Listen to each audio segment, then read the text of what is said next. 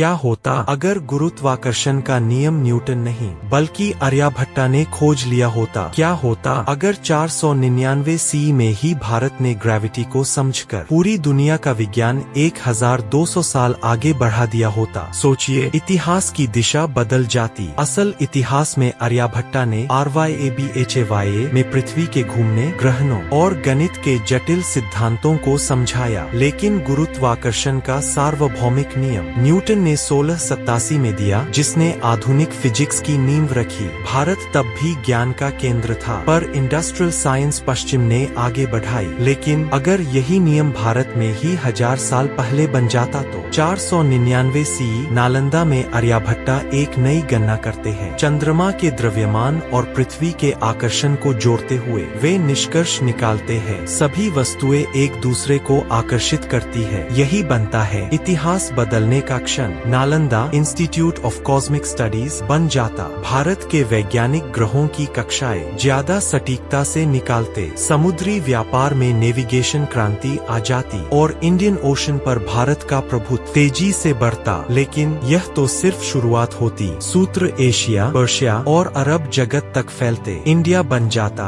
दुनिया का scientific super power. Gupta empire metal engineering में निवेश करता और 7वीं सदी तक भारत बनाता पहला ग्रेविटी कैलिब्रेटेड वाटर क्लॉक, पहला प्रिसाइज नेविगेशन इंस्ट्रूमेंट और शायद अर्ली एस्ट्रोनॉमिकल मशीन्स। यूरोप सदियों तक इंडिया की किताबें ट्रांसलेट करता रहता। 10वीं सदी तक भारत में एक प्रोटोसाइंटिफिक रेवोल्यूशन शुरू होती। स्टीम प्रिंसिपल्स, प्रेशर मैकेनिक्स और ऑप्टिक्स की पहचान पहले ही हो जाती। एशिया में ज्ञान का गोल्डन नेटवर्क बनता। चाइना, जापान, अरेबिया सब नालंदा से सीखते। वर्ल्ड मैप बदल जाता। 15वीं सदी की खोजें शायद यूरोप नहीं, इंडिया करता। अगर आर्यभट्टा ने ग्रेविटी पहले खोज ली होती तो आज की दुनिया शायद इंडियन फिजिक्स, इंडियन नेविगेशन और इंडियन स्पेस साइंस पर चल रही होती। शायद नासा नहीं, नालंदा स्पेस रिसर्च काउंसिल होता। इतिहास बस एक खोज दूर था जो दुनिया बदल सकती थी।